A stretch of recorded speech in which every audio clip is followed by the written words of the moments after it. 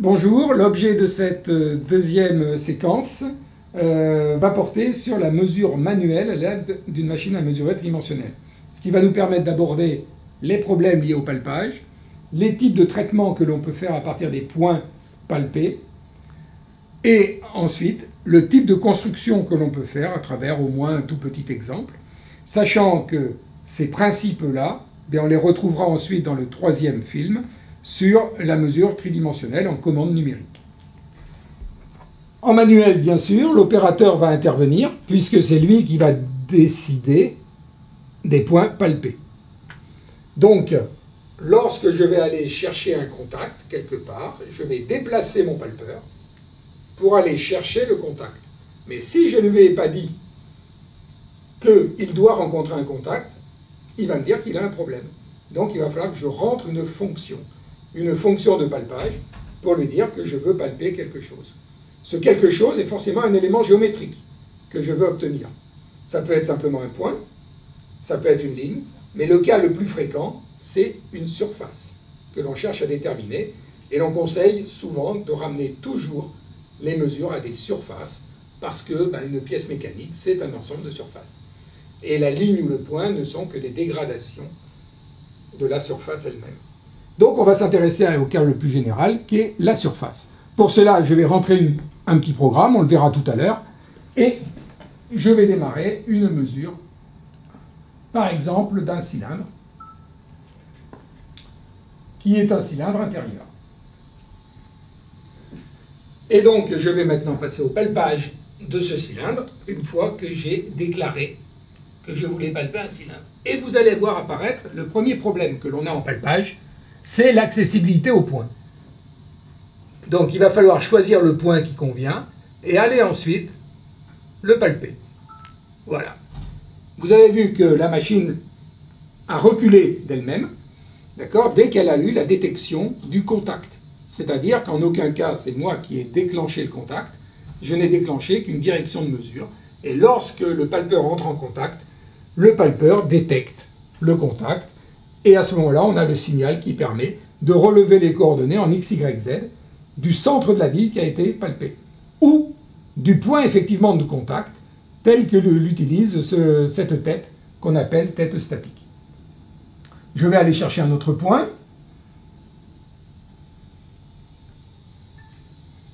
et vous avez le signal visuel et le signal auditif, sonore, qui vous permet de savoir que le point a bien été correctement palpé. Là, j'ai palpé 4 points.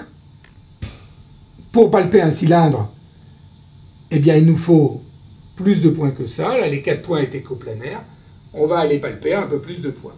Et on rencontre le deuxième problème de la mesure tridimensionnelle, après l'accessibilité aux points avec le palpeur, ça va être le nombre de points palpés sur une surface.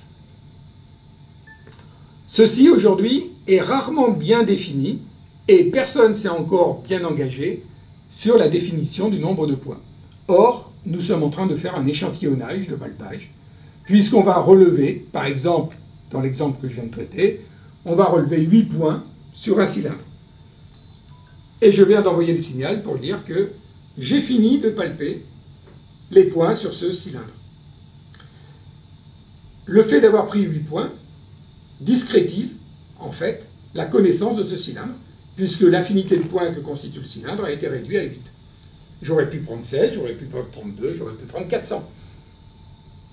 D'accord ? Attention, le résultat ne sera pas le même. Donc, l'influence des points est importante dans la mesure tridimensionnelle. Pour cela, il va falloir faire des études un petit peu plus poussées pour choisir les points qui correspondent le mieux aux besoins fonctionnels et aux désirs de vérification que l'on veut faire ensuite. Ces points auront de moins en moins d'importance en fonction du défaut de forme de la surface.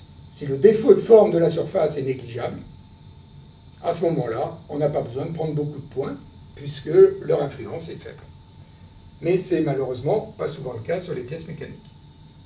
Qu'est-ce qu'on a obtenu à partir de ce palpage? Je vais passer maintenant à l'écran et montrer ce que j'ai fait. Qu'est-ce que j'ai fait au niveau de ma mesure?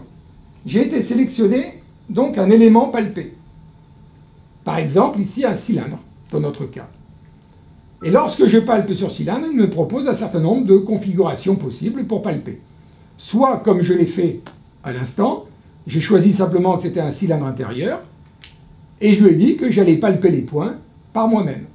Mais on peut aussi avoir fait une prédétermination de ce cylindre et programmer une distribution de points qui, cette fois-ci, ces points vont pouvoir s'exécuter directement en commande numérique à partir d'un apprentissage manuel que l'on a réalisé. Attention, c'est la méthode de Gauss qui est la plus stable en fonction du nombre de points et de la répartition des points palpés. Les autres méthodes, elles, sont très dépendantes des points palpés et donc vont avoir une incidence sur la détermination de son cylindre, de son axe, et donc des mesures que l'on pourrait faire par la suite. Je vais prendre un petit exemple très simple, en venant palper maintenant un autre élément géométrique, qui va être par exemple un plan. Je passe sur la partie opérative, je reprends donc le joystick, et cette fois-ci, je vais aller palper un plan.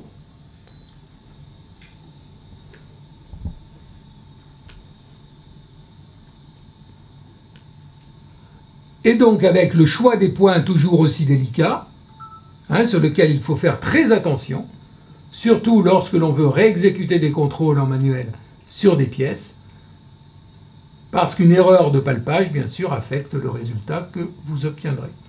Je vais aller rapidement en ne palpant que 4 points sur le plan. On ne prend jamais le minimum mathématique de points lors du palpage d'une surface, parce qu'à ce moment-là, une méthode d'optimisation n'est plus opérationnelle.